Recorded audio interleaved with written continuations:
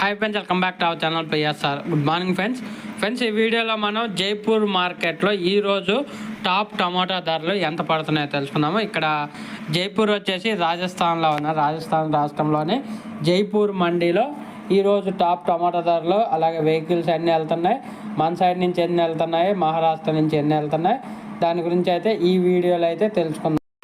జైపూర్ మండీకి వచ్చేసి 22 వెహికల్స్ అయితే వెళ్ళాయి, 22 వెహికల్స్ అయితే వచ్చాయి. దాంట్లో వచ్చేసి 3 మహారాష్ట్ర నుంచి, మిగతా 19 వెహికల్స్ మన బెంగళూరు నుంచి అయితే వెళ్ళాయి.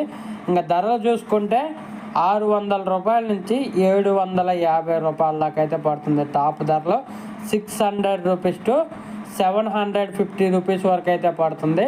25 కేజీల బాక్సు జైపూర్ మండీలో.